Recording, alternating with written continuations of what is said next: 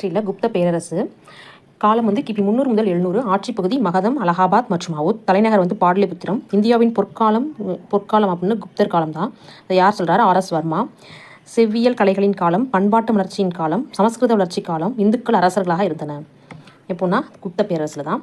இலக்கிய சான்றுகள் ஸ்மிருதிகள் அப்படின்னா நாரதர், விஷ்ணு, பிரகஸ்பதி, காத்தியாயனா மற்றும் வாயு பாடல்கள். விசாகத்தார் தேவி, சந்திரகுப்தம், முத்ரா ராட்சசம். காளிதாசர் சகுந்தலம், மேகதூதம், ரகுவம்சம், குமார சம்பவம், சூத்ரஹர். அடுத்தது காமந்தஹாரனா நீதிசாரம், தர்மசாஸ்திரம். ஹர்ஷர்னா ரத்னவாளி, நாகநந்தா, பிரியதர்ஷினி. பானர் ஹர்ஷசரிதம்.